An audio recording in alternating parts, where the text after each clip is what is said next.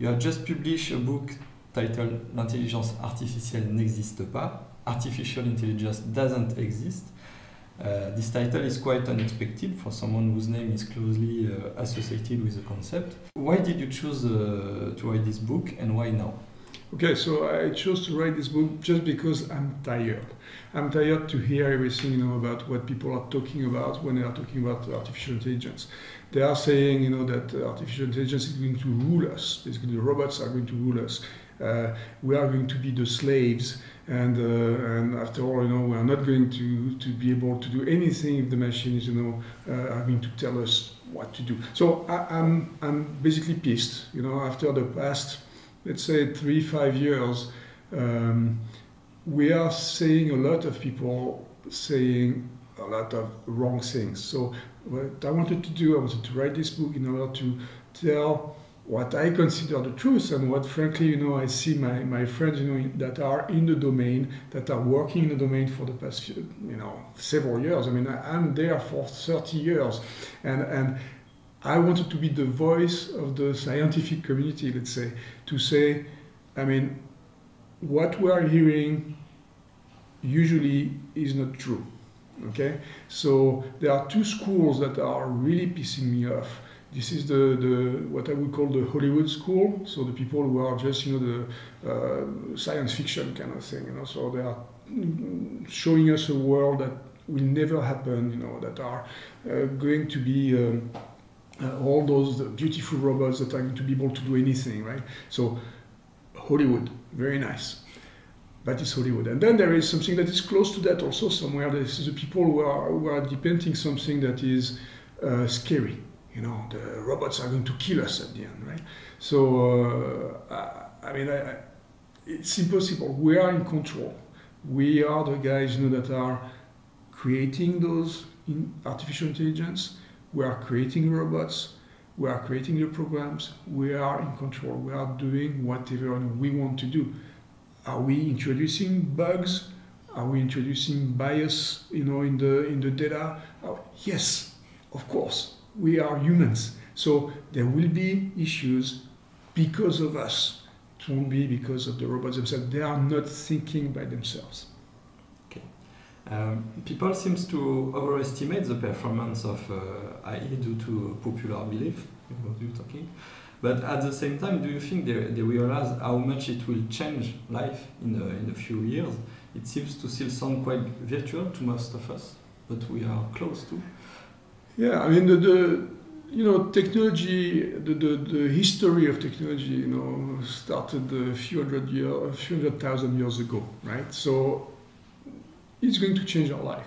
Every day our lives are changed by the technology. So people don't realize it, at one point in time. You realize that when you look back and you look, 20 years back, you say, oh, wow. 20 years ago. Look just, right now, look in 2000. 2000, technology in 2000 has nothing to do with technology today, right? There is a lot of changes in terms of cars. Autonomous car, what we call autonomous cars today, if you take the Tesla, for instance. This is something that you couldn't even imagine, at the time. Yes, Hollywood imagined it, but it wasn't, Hollywood imagined something that was even more autonomous than what we have, right? But what we have today is pretty much, the maximum autonomy that we can get in a car. But it's something that, is, evolving every day, and it's normal. It's normal. It's what we have to do. What are, in fact, your biggest fear, if you have some fears? Yeah, my biggest fear is that we decide to give up as humans. So I don't, again, the robots will not take over, okay, that's for sure. But we can give up. So there is this movie, it's called Idiocracy, that is an old, bad movie, but it shows a society where people just gave up. What does that mean? They just believed, some people, actually, and so they said, okay, life is going to be easy with all the technology that you have. Just, don't worry and don't do anything. And they become obese, they become, stupid because they don't read anymore, they are not curious anymore, and they eat, crap all the time. And so it's possible to have a society like that, but it's also possible, thanks to the technology, to have a much better society in the sense that the technology is going to free us up from whatever tasks we have to do every day. So, I mean, there are some tasks that we don't want to do every day, but we have to do them. And robotization, automation, all the AI that is around is going to help us, to give all those tasks to the robots or to the AIs, and we will have more time to read, to talk with people. We will have a better social life instead of a social life that is going to be, smaller. We can have a much bigger social life. So again, this is a little bit optimistic. It will be somewhere in the middle, but we'll be okay. And you speak about the winter of AI, several winters. Do you think we are reaching now a technological plateau? If yes, what could help us reaching a new level, and what will be this level? So I don't think we are reaching a plateau, actually. So I don't think that we are anywhere soon a plateau in terms of technology. The current techniques that we are using in AI, so which are mathematical techniques, right? I mean, it's purely statistical and mathematical. So what we have there is still very, very interesting. There are still a lot of things to do. So we are not reaching a plateau. That said, because of the bad guys that are talking about, the robots that are going to kill us and stuff like that, I mean, there is a risk of ending the funding for the good thing that we still have to do, And this is what we can see. We could see an AI winter.